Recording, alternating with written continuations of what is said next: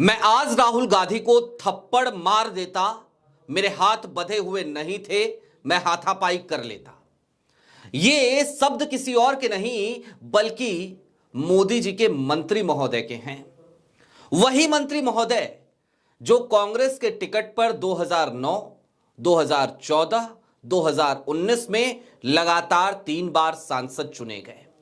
वही मंत्री महोदय जिनके दादा को कांग्रेस ने कभी पंजाब का मुख्यमंत्री बनाया था, और वही मंत्री महोदय जिन्होंने कांग्रेस से 2024 में गद्दारी करके भारतीय जनता पार्टी का दामन थाम लिया था। हालांकि वो पंजाब में इस बार जब चुनाव लड़े तो चुनाव हार गए 2024 में। फिर उन्हें राज्यसभा भेजा भाजपा ने और उन्हें मंत्री भी बनाया। हालांकि जाहिर सी बात है, जो कोई भी गांधी परिवार पे हमला करता है वो मोदी जी का करीबी हो जाता है। मसलन स्मृति ईरानी हो या फिर की कंगना रनौत। स्मृति भी अपना पहला चुनाव हारी थी तो मंत्री बनी थी, ये महोदय भी मंत्री बने।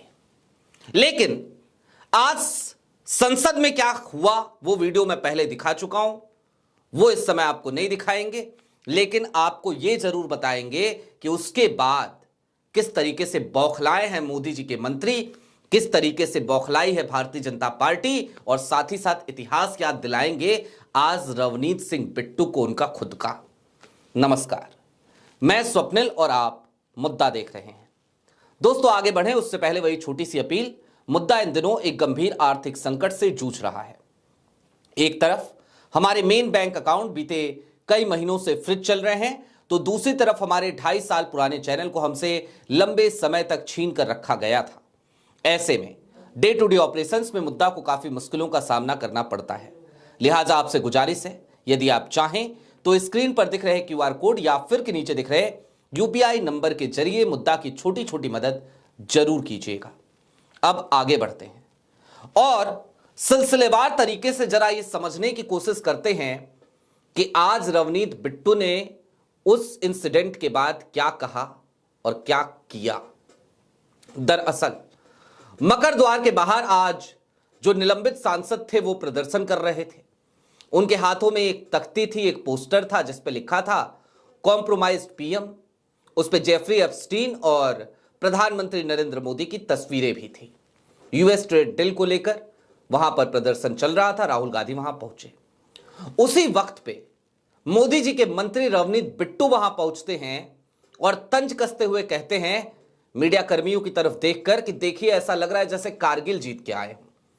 इतना सुनना था कि राहुल गांधी तपाक से बोल पड़े, देखिए एक ट्रेटर आ रहा है। ट्रेटर यानी कि गद्दार। रवनीत बिट्टू उसके बाद सामने आए तो राहुल ने हाथ बढ़ाया, hello brother, hello my traitor friend, लेकिन रवनीत बिट्टू ने हाथ नहीं मिलाया।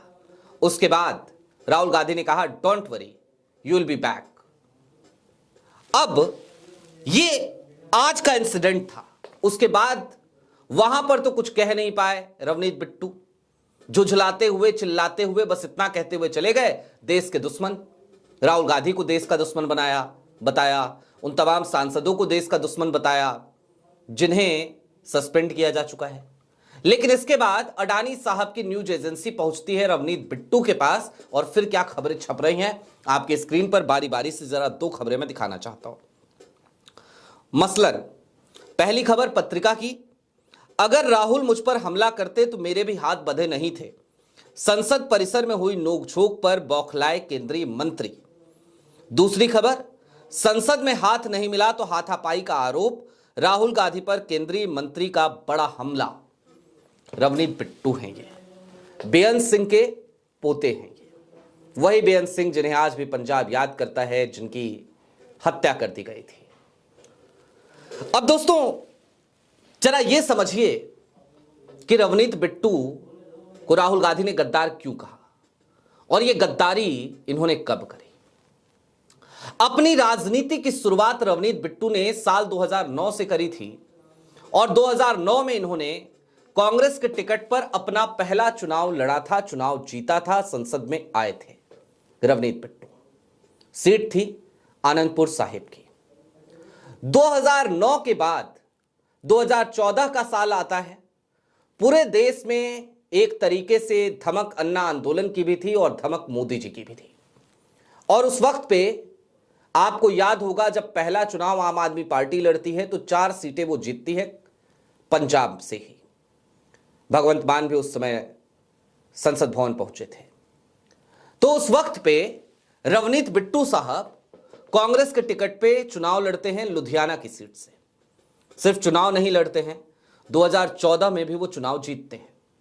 फिर 2019 का साल आता है, लुधियाना की सीट से ही वो चुनाव लड़ते हैं और चुनाव जीतते हैं। 2009 से 2014 के बीच में हुआ जरूर ये था कि आनंदपुर साहिब में कमजोर पकड़ थी, हारने के चांसेस थे, तो इन्होंने रिक्वेस्ट करी थी कि इनकी सीट बदल दी जाए और इनकी सीट बदल करके लुधियाना कर दी गई थी।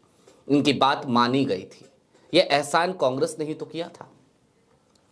उसके बावजूद 3 बार इन्हें सांसद बनाया कांग्रेस ने। लेकिन जब 2024 का साल आया तो चुनाव से ऐन पहले रवनीत बिट्टू कांग्रेस छोड़कर भारतीय जनता पार्टी में जाकर शामिल हो जाते हैं। और भारतीय जनता पार्टी में जाकर शामिल होते हैं तो आपको पता है भाजपा में शामिल होने वाले तमाम कांग्रेसी, अगर 1-2 लोगों को छोड़ दीजिए आप, मसलन कुंवर आरपीएन सिंह को छोड़ दीजिए, ज्योतिरादित्य सिंधिया को छोड़ दीजिए, तो सबके साथ एक बड़ी समस्या है। उनकी पहली शर्त ही ऐसा लगता है उनके ऊपर यह लगा दी जाती है कि आपको गांधी परिवार पे बेतुका हमला करना है, आपको उनके बारे में मनगढ़ंत कहानियां बतानी है और आपको लगातार उन्हें टारगेट पे रखना है। रवनीत बिट्टू यही करते हुए नजर आए पूरे 2024 में। जब करते हुए नजर आए तो इसका इनाम मिला। वही हेमंता बिस्वा शर्मा जिस तरीके से करते हैं, स्मृति ईरानी जिस तरीके से किया करती थी, तो उसी तरीके से रवनीत बिट्टू भी कर रहे थे, तो इनाम मिलता है। 2024 में लुधियाना की सीट से भाजपा के टिकट पे चुनाव लड़ते हैं, लेकिन चुनाव हार जाते हैं और जब हार जाते हैं तो भी इन्हें मंत्री बनाया जाता है। खेल एवं खाद्य प्रसंस्करण, ये 2 मंत्रालय हैं, इसके मिनिस्टर ऑफ स्टेट हैं, राज्य मंत्री हैं रवनीत सिंह बिट्टू, माफ कीजिएगा, रेल एवं खाद्य प्रसंस्करण, फूड प्रोसेसिंग, और मिनिस्टर ऑफ स्टेट भी बनाए जाते हैं, राज्यसभा भी भेजे जाते हैं रवनीत बिट्टू। भारतीय जनता पार्टी की तरफ से यह इनाम था। अब गद्दारी का इनाम तो मिलता ही है। अब दोस्तों, राहुल गांधी ने क्या गलत किया आज जरा सोचिए। रवनीत बिट्टू ने अगर शुरुआत ना की होती तो क्या बुरा हो जाता।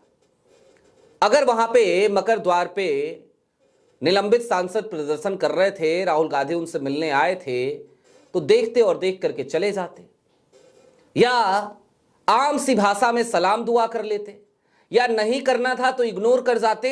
लेकिन नहीं, रवनीत बिट्टू को तो छेड़ना था, तो उन्होंने छेड़ा। कहा देखिए तंज कसा, देखिए ऐसा लग रहा है जैसे ये लोग कारगिल जीत के आए हैं। जब इतना बोल दिया तो राहुल गांधी तो आजकल किसी को बख्शते हैं नहीं भाई। वो रवनीत बिट्टू के आका को नहीं बख्शते, मोदी साहब और शाह साहब को नहीं बख्शते, ज्ञानेश कुमार साहब को नहीं बख्शते। और स्पीकर की अपनी एक मर्यादा है, उनकी अपनी एक कुर्सी है, लेकिन उस कुर्सी को भी उसकी जो प्रतिष्ठा है, उसका भान, और वो जिस तरीके से अपने कर्तव्य पद से हिल रही है, उसका एहसास राहुल गांधी चिट्ठी लिख के कराई देते हैं। तो जब इन तमाम सुरमाओं को भारतीय जनता पार्टी के राहुल गांधी नहीं बख्शते हैं तो रवनीत बिट्टू को कैसे बख्शते, तो ये सारी बातचीत हो गई। अच्छा, वो पूरी वीडियो आपने देखी होगी अब तक, इसी वजह से मैं नहीं दिखा रहा हूं कि आप बोर होंगे खामखा। उस पूरी वीडियो में हमें कहीं भी ये नहीं दिखा कि राहुल गांधी हाथापाई करने जा रहे थे रवनीत बिट्टू से। लेकिन रवनीत बिट्टू के सामने जैसे ही वहां से वो अंदर जाते हैं और उसके बाद जब बाहर निकलते हैं और अडानी साहब का एक बाकायदा कैमरा बुलाया जाता है, उनकी न्यूज एजेंसी है IANS, तो IANS पहुंचती है, कैमरा लगता है, माइक सजता है और रवनीत बिट्टू बयान देते हैं कि पहले तो उन्होंने मुझे गद्दार कहा, फिर उन्होंने मुझे मेरी तरफ हाथ बढ़ाया हाथ मिलाने के लिए, मैंने हाथ नहीं मिलाया तो फिर वो मेरे ऊपर हाथ उठाने वाले थे, हाथापाई करने वाले थे मेरे साथ। और इसके बाद वो कहते हैं भला हो केसी वेणुगोपाल जी का, वो थे, 2-4 नेता और थे, उन लोगों ने किसी तरीके से राहुल गांधी को रोक लिया। इसके बाद फिर वो पूरी तरीके से बौखला जाते और कहते हैं कि मैं भी आज हाथापाई कर लेता, मैं भी हाथ उठा देता। अब राहुल गांधी हाथ उठाने वालों में से नहीं है, यह आप भी जानते हैं, हम भी जानते हैं। इससे पहले भी ये कोई पहली बार नहीं है जब इस तरीके की हरकत भारतीय जनता पार्टी की तरफ से की जा रही हो। आपको याद करना चाहिए बीता मानसून सत्र, उस सत्र के दौरान क्या हुआ था। याद है ना, प्रताप सारंगी याद होंगे आपको, याद होंगे वो एक और मिर्जापुर से शायद सांसद थे, या फर्रुखाबाद से सांसद थे, मैं नाम भूल रहा हूं उनका। ये दोनों लोग घायल हो गए थे और निशिकांत दुबे तख्तियां लेकर खड़े हो गए थे और खूब हो हंगामा मचा था, खूब फोटो अपॉर्चुनिटी हुई थी, मोदी जी फोन कर करके हालचाल पूछ रहे थे, याद है ना। और मामला क्या था? मामला ये था कि अमित शाह साहब ने सदन के भीतर बाबा साहेब भीमराव डॉक्टर अंबेडकर का अपमान किया था। उस मसले पर प्रदर्शन कर रहा था विपक्ष, और उसी प्रदर्शन के दौरान भारतीय जनता पार्टी के लोग अलग तरीके से प्रोटेस्ट करते हुए आए और जाकर के सांसदों से भिड़े और उसके बाद आरोप लगा दिया कि राहुल गांधी ने तो भैया हमको धक्का दे दिया है, राहुल गांधी ने हमें मारने की कोशिश की है, हमारी तो जान चली जाती, हमारा तो सर फट गया, हमारे तो हाथ में फ्रैक्चर हो गया, ये हो गया, वो हो गया। ये तमाम नौटंकियां उस समय भी हुई थी। आज उसी तरीके की नौटंकी रवनीत बिट्टू ने की। लेकिन दोस्तों, अब चलते चलते एक बात को समझिए, गद्दार को अगर कोई गद्दार ना कहे तो क्या कहे। अरे जिस पार्टी ने आपको 3 बार सांसद बनाया, आज की तारीख में आप उस पार्टी से बाहर निकलते ही मनगढ़ंत कहानियां बनाओगे, छवि बर्बाद करोगे उस पार्टी के नेताओं की, उल्टी सीधी बातें करोगे जिनका ना कोई सर ना पैर, तो फिर आपको गद्दार कोई नहीं कहेगा तो क्या कहेगा।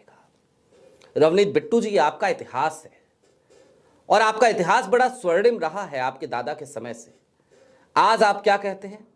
आज आप कहते हैं कि गांधी परिवार चाहता तो मेरे दादाजी कभी भी मुख्यमंत्री नहीं बन पाते।